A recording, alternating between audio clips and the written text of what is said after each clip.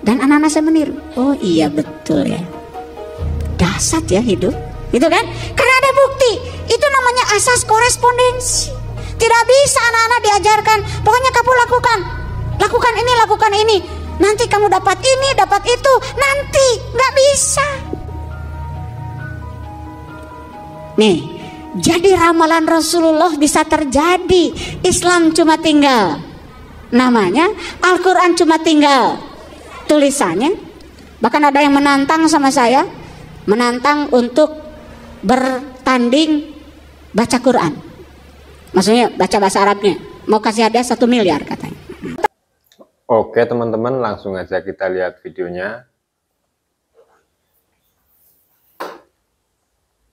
Tentangan nggak? Bertentangan. Gimana coba menyelesaikan masalah? Kan harus pinter orang tua, betul nggak? Disinilah orang tua harus pinter, belajar, lalu menggunakan otoritas. Kalau kamu nggak nurut sama ibu bapak, pisah. Bukan solusi bapak ibu. Nggak ada bekas anak, betul nggak?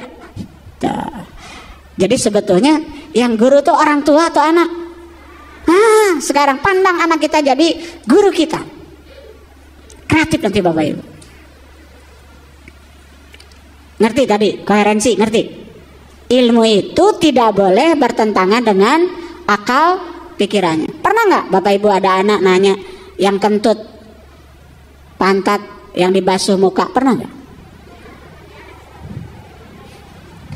Gimana coba menjelaskan kalau nggak pinter? Betul nggak? Anak-anak generasi sekarang itu lahir di abad 21. Ciri manusia abad 21 kritis, kreatif, kolaboratif, komunikatif. Tidak bisa dibendung bapak ibu. Tidak bisa. Dia tidak boleh lagi berhubungan dengan siapa. Nggak bisa. HP-nya dibawa kemana-mana dan dia bisa akses sumber informasi dimanapun. Setuju? Oke. Yang kedua, harus memenuhi asas korespondensi. Bahwa apa yang dibicarakan pada mereka itu harus nyata dan bisa dibuktikan. Gak bisa bapak ibu ngomong sama anak-anak, kamu yang kamu sholat ya, sholat, nanti kamu dapat pahala di surga, di akhirat. Gak bisa, gak bisa, gak bisa.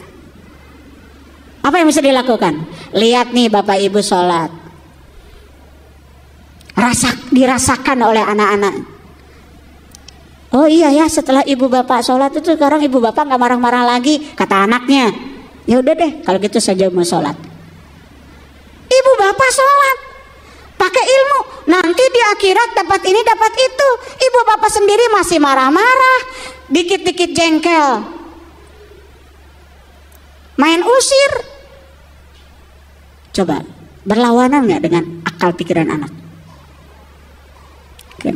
Cenaka rasa entah ku nasakarar itu harus memenuhi asas korespondensi. Ini belum pakai ayat bapak ibu, saya mau jelaskan dulu supaya tuntas. Nyata dan bisa dibuktikan. Anak-anak sekarang apapun harus bisa dibuktikan bapak ibu, harus bisa dibuktikan. Saya mengajarkan sama anak-anak saya, nah pikiran dan perasaan itu energi. Saya bilang gitu. Dan ketika kita berpikir dan merasa, sebenarnya kita sedang jadi medan magnet yang memancarkan medan elektromagnetik ke semesta dan menggetarkan apa yang kita pikirkan dan dirasakan. Saya buktikan dengan keseharian saya. Lihat sekarang apa yang ayah lakukan.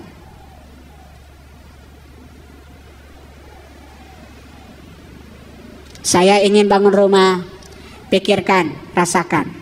Saya ingin bangun kos-kosan, pikirkan, rasakan. Saya ingin punya mobil, pikirkan, rasakan. Semua nyata. Akhirnya mereka, oh iya ya, yang diajarkan ayah itu betul. Karena kita bukan mengajarkan sesuatu yang halusinasi, mengajarkan sesuatu yang nyata. Saya ajarkan, pikirkan, rasakan.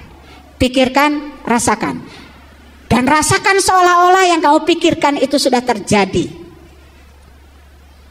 Dan anak-anak saya meniru. Oh iya betul ya. Dasar ya hidup. Gitu kan? Karena ada bukti. Itu namanya asas korespondensi. Tidak bisa anak-anak diajarkan. Pokoknya kamu lakukan. Lakukan ini, lakukan ini. Nanti kamu dapat ini, dapat itu. Nanti. Gak bisa. Nih. Jadi ramalan Rasulullah bisa terjadi. Islam cuma tinggal namanya, Al-Quran cuma tinggal tulisannya. Bahkan ada yang menantang sama saya, menantang untuk bertanding baca Quran. Maksudnya baca bahasa Arabnya. Mau kasih hadiah 1 miliar katanya. Buat apa saya menerima tantangan itu? Di zaman Nabi Muhammad juga gak ada orang baca Quran. Betul gak? Lah Quran lagi can ayat. Masa saya ikut-ikut gila? Udah, abaikan aja. Para 1 miliar ibu bapak. Saya lahir di keluarga yang dari kecil tuh belajar Quran. Saya hidup itu di masjid. Ya di masjid. Saya hidup di kampung. Di kampung saya itu speakernya nggak berhenti tuh baca Quran. Sampai sekarang.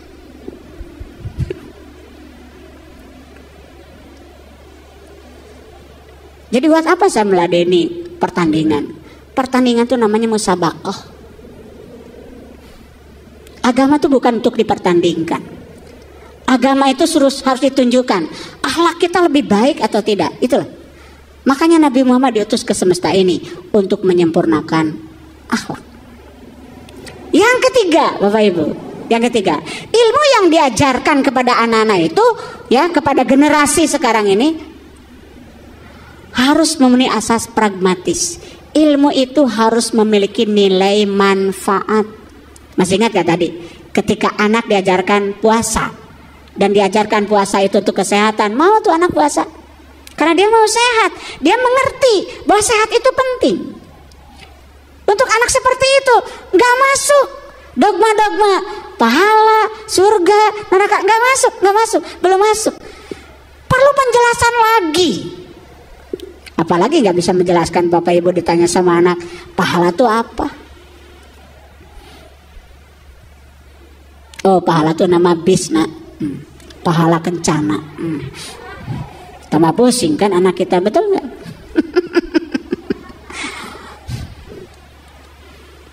Nah, yang berikutnya, apapun yang diajarkan pada generasi sekarang, ini generasi ya, abad 19 ke sini, itu harus universal. Kebenaran ini harus bisa diterima oleh siapapun, apapun keyakinannya. Gak bisa dia kooptasi, apalagi diajarkan yang lain salah, yang ini paling benar. Gak bisa kalau mereka tidak bisa menerima argumen itu yang masuk akal. Contoh Bapak Ibu, ajarkan pada anak-anak, inti sari agama adalah kasih sayang. Universal? Universal. Kasih sayang itu diakui nggak oleh semua keyakinan? Diakui. Oleh karena itu kalau kamu ingin disebut agamamu paling bagus, ya munculkan kasih sayang. Bukan mengklaim, memaksakan kehendak pada orang lain. Kalau keyakinan saya paling bagus, tapi tunjukkan nilai-nilai universalnya. Kamu lebih berbudi, lebih ramah, lebih kasih sayang, bisa menghargai dan menghormati perbedaan. Saya yakin orang akan bersimpati kepada kita.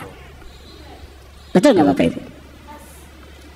Dan yang terakhir dari saya, metodologi untuk pembelajaran agama dalam konteks kekinian sudah tidak boleh lagi menggunakan kekerasan dan paksaan. Saya suka lihat yang lucu-lucu di kehidupan ini. Biasanya menjelang bulan puasa,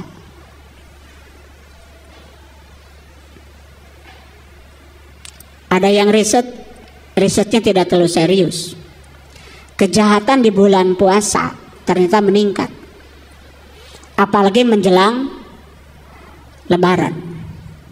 Bahkan orang mudik merasa tidak aman, padahal habis puasa. Lucu kan? digembleng 1 bulan puasa, ya, tetapi kejahatan meningkat. Bahkan menjelang Idul Fitri, orang-orang mau pulang kampung pun merasa tidak aman. Dan banyak kejadian mereka yang pulang kampung rumahnya dibobol maling. Bayangkan, ini kejadian setelah Idul Fitri. Coba Bapak Ibu pikirkan, masalah bukan? Masalah. Ini di mana sebetulnya masalahnya? Tapi nggak ada yang memikirkannya. Kenapa? Sudah Lailatul Qadar, sudah i'tikaf, sudah hatam Quran 30 juz. Hasilnya subhanallah, di jalan aja mobil saling serobot, lihat mata-mata yang nyolot, luar biasa. Itu pengalaman mudik, padahal di bulan suci namanya Ramadan. Ada nggak, pernah nggak Bapak Ibu ada kepenasaran dengan saya seperti itu? Ada? Harusnya penasaran, ya. Nah, oke. Oke, jadi seperti itulah videonya. Sampai jumpa di video-video selanjutnya. Dadah.